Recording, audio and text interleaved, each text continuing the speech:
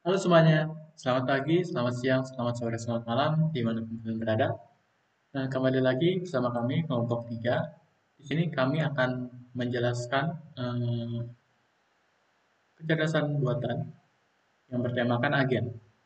Di sini kami membahas topik yaitu tentang Siri Apple. Nah, sebelum kami menjelaskan Siri Apple tentang agen, kami akan perkenalkan dulu ke anggota-anggota dari kelompok 3. Itu kelompok yang pertama, anggota yang pertama itu Michael Yosi Saputra dan NPM 2007 10786. Lalu ada saya Niko Sebastian Amada dengan NPM 2007 10794. Lalu anggota yang selanjutnya ada Thomas Yobriantana dan NPM 2007 10798, dan anggota terakhir yaitu Willy Christian Chia dan NPM 2007 10820. Oke, sebelum kita membahas tentang Siri, kita harus tahu apa itu agen. Nah, agen di sini merupakan suatu sistem komputer yang ada pada lingkungan dan memiliki kemampuan untuk bertindak sendiri berdasarkan keadaan yang ada di lingkungan tersebut, sesuai dengan sasaran yang dirancang. Jadi, agen ini adalah suatu sistem komputer yang kita buat, lalu dia akan mampu bertindak sendiri berdasarkan keadaan yang ada di lingkungannya. Selanjutnya, kita akan perkenalkan apa itu Siri. Nah, Siri Apple adalah suatu asisten pribadi pintar yang membantu Anda semua untuk menuliskan segala sesuatu, cukup dengan memerintahkannya dengan suara ataupun dengan ketikan, bisa juga. Dengan Siri ini, Anda dapat menggunakan suara Anda untuk mengirim pesan, menjadwalkan pertemuan, menelpon, memutar musik, mencari sesuatu yang ada di Google seperti itu, ataupun sekadar ngobrol aja seperti itu. Siri bisa melakukan berbagai macam hal dengan suara. Tapi Siri tidak seperti perangkat lunak pengenalan suara konvensional yang mengharuskan Anda untuk mengingat kata kunci dan menyebutkan perintah tertentu. Nah, jadi Siri ini akan mengerti apa yang kita bicarakan seperti biasa, seperti ngobrol dengan orang lain seperti itu. Lalu Siri akan jika Siri tidak kurang jelas gitu tentang perintah yang kita omongkan, maka Siri akan eh, menanyakan atau memerlukan informasi lebih lanjut untuk menyelesaikan tugas yang kita inginkan. Seperti contoh, kita ingin search seseorang gitu, misalnya Abraham, Abraham Lincoln. Nah, tapi pas pengucapan kita terhadap Siri itu agak belibet gitu. Jadi Siri itu agak kurang nangkap Abraham siapa ini.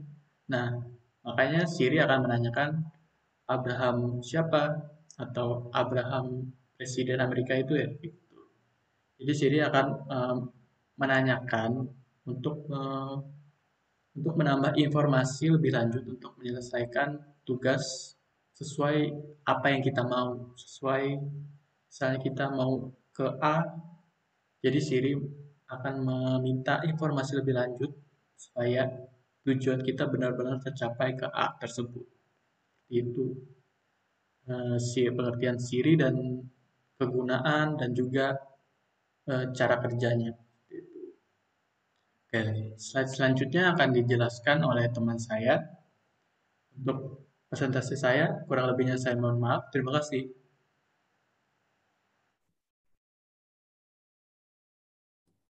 Hai teman-teman semuanya, kali ini saya akan menjelaskan tentang page, yaitu Perceive, Action, Goal, dan Environment. Perceive adalah agen menanggapi setiap rangsangan atau perceive yang ada di sekitarnya. Siri sendiri akan menanggapi berbagai macam rangsangan yang diberikan oleh pengguna. Contohnya seperti pengucapan dan juga sebuah ketikan yang kita dapat tuliskan menggunakan keyboard pada gadget tersebut. Contoh pengucapan yang dapat dilakukan untuk menggunakan agent Siri adalah contohnya seperti Hi Siri, can you show me something about the bicycle? Terus yang kedua ada action. Agent memberikan tindakan yang tepat terhadap rangsangan tersebut. Nah, seperti contoh yang sudah saya berikan, baik dari sebuah ketikan ataupun pengucapan, saya akan mengambil sebuah contoh dari sebuah pengucapan.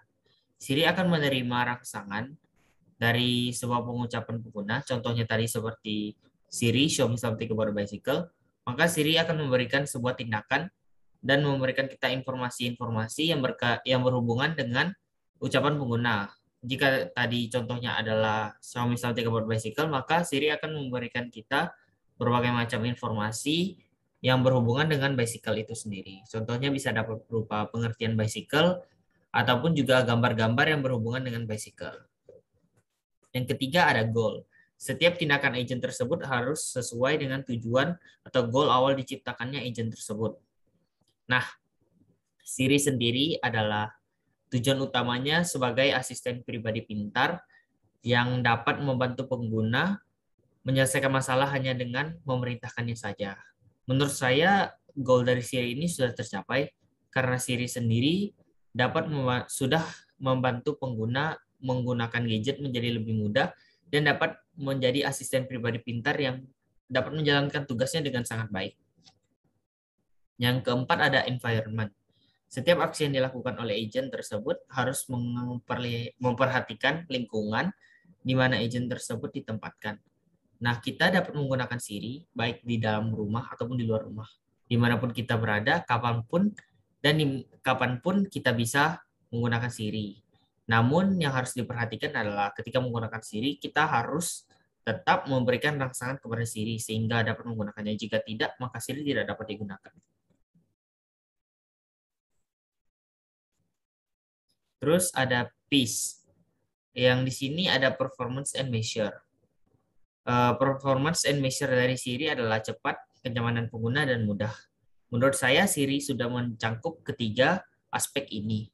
Siri dapat cepat memberikan informasi sesuai mendapatkan rangsangan dari pengguna, sangat nyaman untuk digunakan, dan juga mudah dalam menggunakan Siri.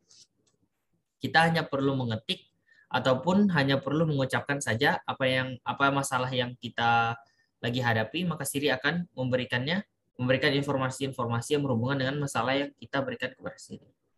Terus ada environment, seperti yang saya jelaskan tadi, Siri dapat kita gunakan baik di dalam rumah ataupun di luar rumah pengguna. Kita bisa menggunakannya kapanpun juga, di mana saja dan kapan saja. Tapi yang seperti yang saya katakan tadi di awal, kita tetap harus mempertimbangkan bahwa kita jika menggunakan Siri harus tetap memberikan Siri sebuah rangsangan baik ketikan maupun pengucapan. Sekian dari saya, terima kasih. Oke, selanjutnya saya akan menjelaskan poin ketiga dari PEAS, yaitu actuators. Actuator sendiri berdiri sebagai alat kendali dari agent Siri.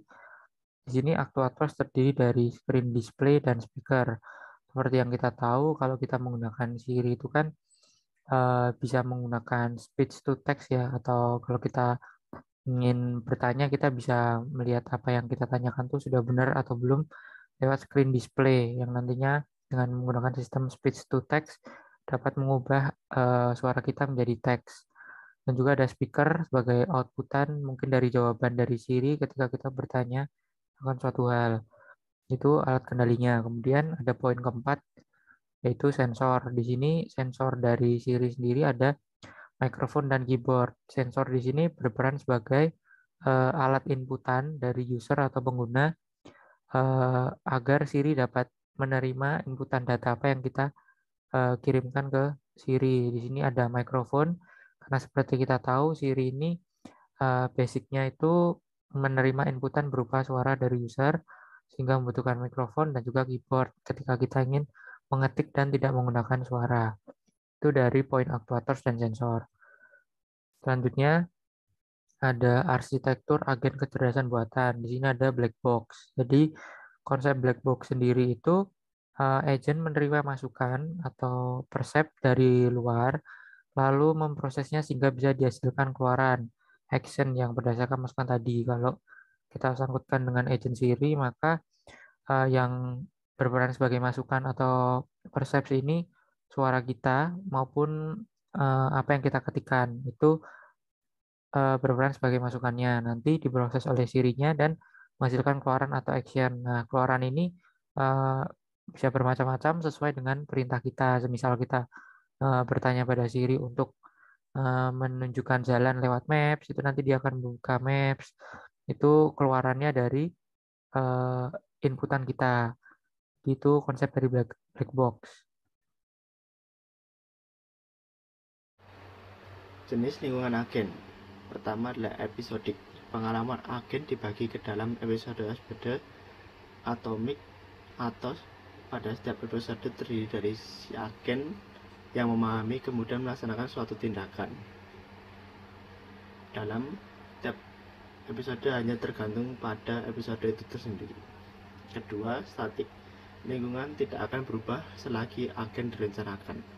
Atau lingkungan adalah semi dinamik jika lingkungan itu sendiri tidak berubah dengan berjalannya waktu, tetapi skala performa agen akan berubah. Jenis agen. Simple reflex agents merupakan agen yang bekerja berdasarkan refleks. Kedua, goal based agen merupakan sebuah agen yang mendasarkan setiap tindakannya untuk mencapai tujuan yang telah ditentukan. Berikut adalah presentasi dari kelompok kami. Terima kasih.